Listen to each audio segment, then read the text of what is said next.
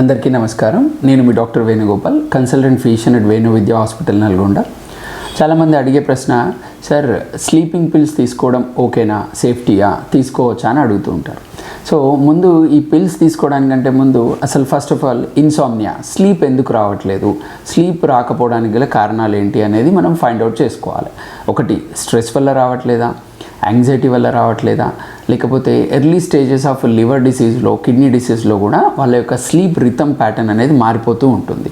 So వీళ్ళకి altered sleep అనేది ఉంటుంది. అలాంటి ఫ్యాక్టర్స్ ఏమన్నా ఉన్నాయా, లేకపోతే మనం వర్క్ చేసే దగ్గర స్ట్రెస్ ఉందా, లేదంటే డే టైంలో లంచ్ తర్వాత either we are taking 1-2 hours nap తీసుకుంటున్నామా, దానివల్ల మనకి నైట్ నిద్ర రావట్లేదా, ఈ రీజన్స్ అన్నీ మనం వెతుక్కొని ఫైండ్ అవుట్ చేసినాక వీటిని సార్ట్అవుట్ చేశాక కూడా మీకు నిద్ర రావట్లేదు, ఇన్సామ్నియా ప్రాబ్లంతో బాధపడుతున్నారు, అప్పుడు మీరు మీ డాక్టర్ని కలిసి తగిన డోసు, తగినన్ని రోజులు, తగిన మోతాదులో వాడినట్లయితే స్లీపింగ్ పిల్స్ తోటి ఎలాంటి సైడ్ ఎఫెక్ట్స్ ఉండవు అండ్ అడిక్షన్ కూడా అవ్వదు.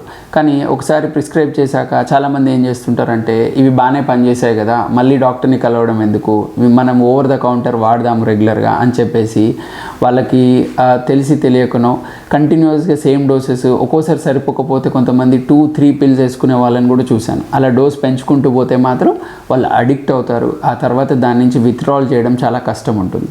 కాబట్టి ఫస్ట్ ఇన్సామ్నియాకి రీజన్స్ వెతుక్కొని, ఆ తర్వాత కూడా మనకి ప్రాబ్లమ్ సాల్వ్ కాకపోతే డాక్టర్ చెప్పిన డోస్లో తగినన్ని రోజులు వాడినట్లయితే ఎలాంటి ప్రాబ్లమ్స్ ఉండవు.